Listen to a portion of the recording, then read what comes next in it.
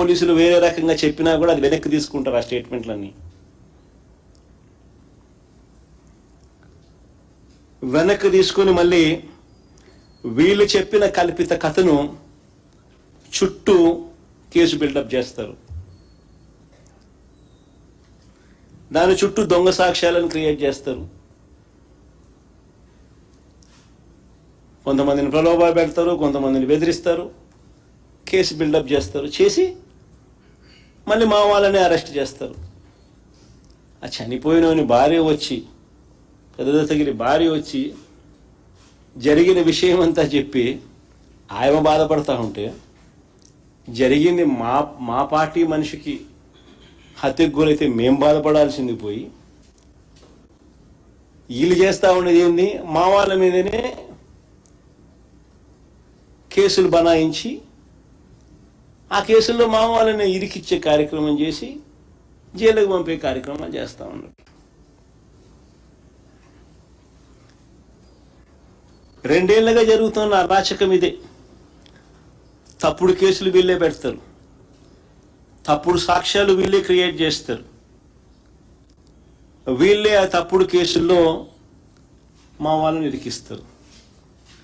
Social media యాక్టివిస్టులు అయినా సరే,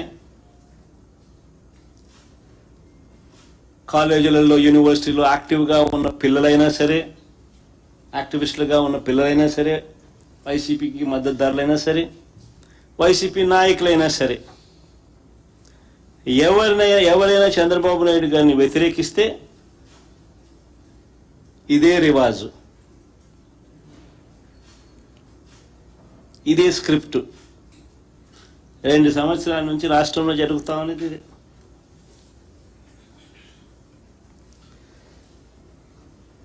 నేను అడుగుతా ఉన్నా అసలు చంద్రబాబు నాయుడు గారిని, అసలు అయ్యా చంద్రబాబు, అసలు ఎవరిదయ్యా గొడ్డలి పార్టీ అని చంద్రబాబు సీరియస్గా క్వశ్చన్ చేస్తా ఉన్నా. ఎవరిదయ్యా గొడ్డలి పార్టీ? ఎవరిదయ్యా గన్ కల్చర్? ఎవరిదయ్యా హత్యా రాజకీయాలు? ఎవరిది హత్యా రాజకీయాల సంస్కృతి అని అడుగుతా ఉన్నా. ఇదే చంద్రబాబు నాయుడు గారి సూటిగా. మా కుటుంబంలో ముగ్గురు, మా తాతగారు, మా నాన్నగారు, మా చిన్నాన్నగారు, ముగ్గురు బలైపోయారు. మేం బాధితులం. కానీ మాపైనే వీళ్ళు తప్పుడు రాజకీయాలు చంద్రబాబు నాయుడు గారు చేయిస్తారు.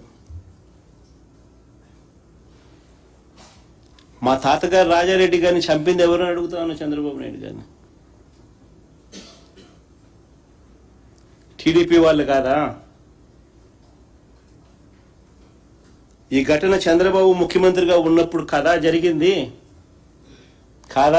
అని అడుగుతా ఉన్నా. 1999 అసెంబ్లీ ఎన్నికలకు ఏడాది ముందు, 1999 చంద్రబాబు నాయుడు గారు ముఖ్యమంత్రిగా ఉన్నారు. 1999 ఎన్నికలకు ముందు, ఏడాది ముందు చంద్రబాబు నాయుడు గారు ముఖ్యమంత్రిగా ఉన్నప్పుడు నా తాతగారిని రాజారెడ్డి గారిని చంపారు.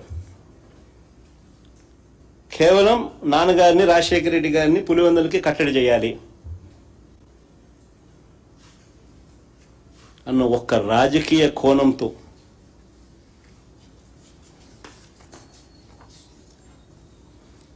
ఆ కేసులో దోషులను బరి తెగించి హైదరాబాద్ తెలుగుదేశం పార్టీ సెంట్రల్ ఆఫీస్లో ఎన్టీఆర్ ట్రస్ట్ భవన్లో పెట్టి అధికార దుర్వినియోగం చేసి వాళ్ళని రక్షించినారు, జైలుకు కూడా పంపకుండా.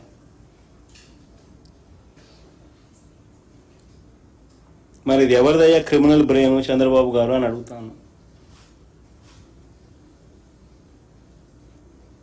ఎవరిదయ్యా క్రిమినల్ బ్రెయిన్ అని అడుగుతాను చంద్రబాబు నాయుడు గారిని.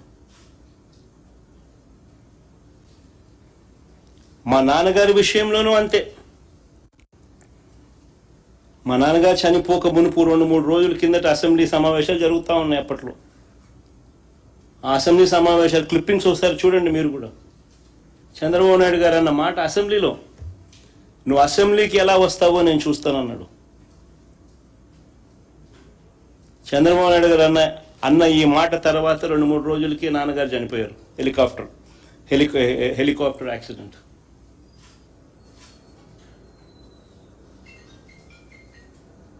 ఇప్పటికీ కూడా దీనికి సంబంధించి నివృత్తి కాని అంశాలు ఎన్నో ఉన్నాయి. ఎవరిదయ్యా చంద్రబాబు క్రిమినల్ బ్రెయిన్ అని అడుగుతా ఉన్నా. మా చిన్నాన్న వివేకానంద రెడ్డి గారిని ఇదే చంద్రబాబు ప్రభుత్వంలో హత్యకు గురైన మాట వాస్తవం కాదా అని అడుగుతా ఉన్నా.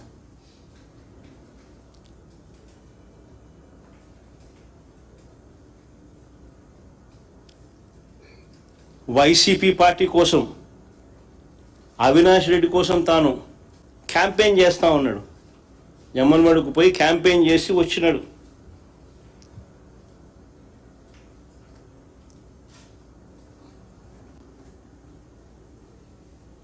పైగా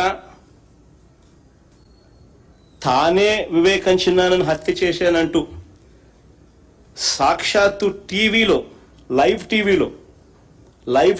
టీవీ షోలో చెలరేగిపోయి విచ్చలవిడిగా మాట్లాడిన ఈ దస్తగిరి అనే వ్యక్తి, చంపిన వ్యక్తి, నేనే చంపాను అని చెప్పి విచ్చలవిడిగా చెలరేగిపోయి మాట్లాడే టీవీ లైవ్ షోలో ఈ దస్తగిరి అనే వ్యక్తి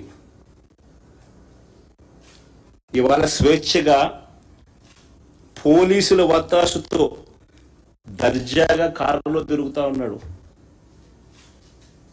జైల్లో ఉండాల్సిన వ్యక్తి దర్జాగా కారులో తిరుగుతా ఉన్నాడు ఈరోజు.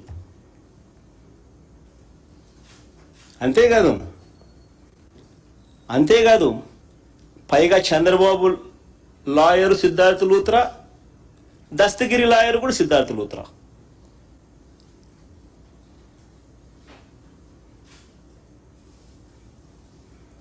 మరి ఎవరిదయ్యా చంద్రబాబు క్రిమినల్ బ్రెయిన్ అని అడుగుతా ఉన్నా.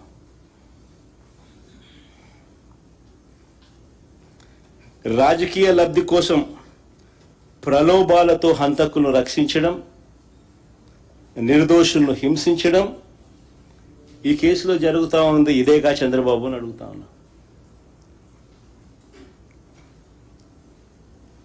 ఇంకొక ఉదాహరణ, చంద్రబాబు గారి బావమరిది వియ్యంకుడు బాలకృష్ణ గన్ పట్టుకొని టపా టపా అని ఇద్దరిని కాల్చి పడేయలేదా అని అడుగుతా ఉన్నా. టపా టపా అని గన్ను పట్టుకొని కాల్చి పడేయలేదా అని అడుగుతా ఉన్నా. ఇదే పెద్ద మనిషి బాలకృష్ణ, చంద్రబాబు నాయుడు గారి వియ్యంకుడు, టపా టపా అని ఇద్దరిని లేపేయలేదని అడుగుతా ఉన్నా. ఎవరిదయ్యా గన్ కల్చర్ అని అడుగుతా ఉన్నా. ఆ తర్వాత సాక్షులు ఉండకూడదని చెప్పి ఆ ఇంట్లో ఉన్న వాచ్మెన్ను, అంటే వాళ్ళ ఇంట్లో ఉన్న వాచ్మెన్ను